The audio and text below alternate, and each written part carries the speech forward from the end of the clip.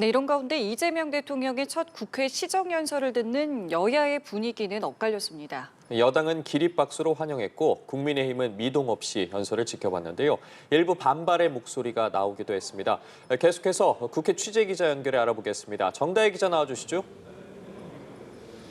네, 더불어민주당은 이재명 대통령 입장을 기립박수로 맞이했습니다. 이 대통령은 이에 화답하며 민주당 의원들과 일일이 악수하며 연단으로 향했습니다.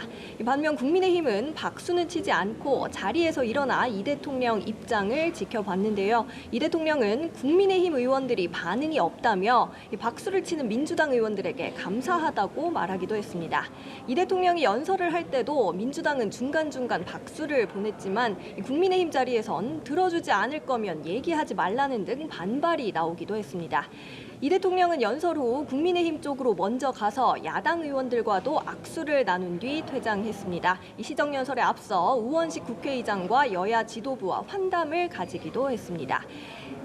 이 민주당은 이번 추경안에 대해서 민생을 살리기 위한 예산이라며 환영하고 있습니다. 6월 임시국회 회기가 끝나는 7월 4일까지 신속하게 처리하겠다는 입장입니다.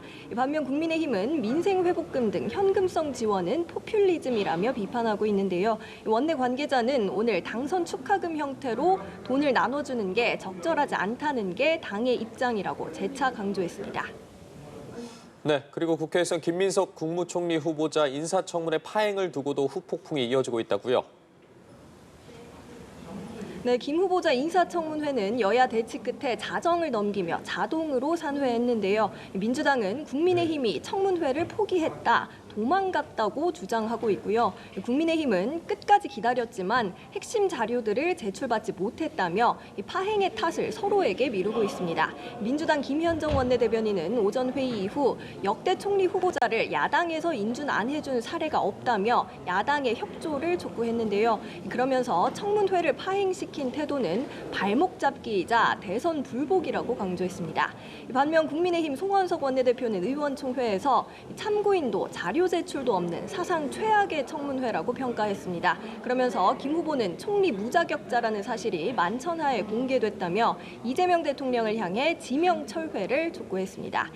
국민의힘은 청문회를 연장해야 한다고 주장하지만 민주당은 끝이 난 거라고 못 받고 있습니다. 여야 대립 속에 청문 보고서 채택은 어려워졌다는 해석이 나오는데요. 민주당은 보고서 채택이 안 되더라도 단독으로 본회의를 열어 임명동의안을 통과시킨다는 방침입니다. 6월 30일 또는 7월 3일에서 4일에 처리될 가능성이 높다고 밝혔습니다.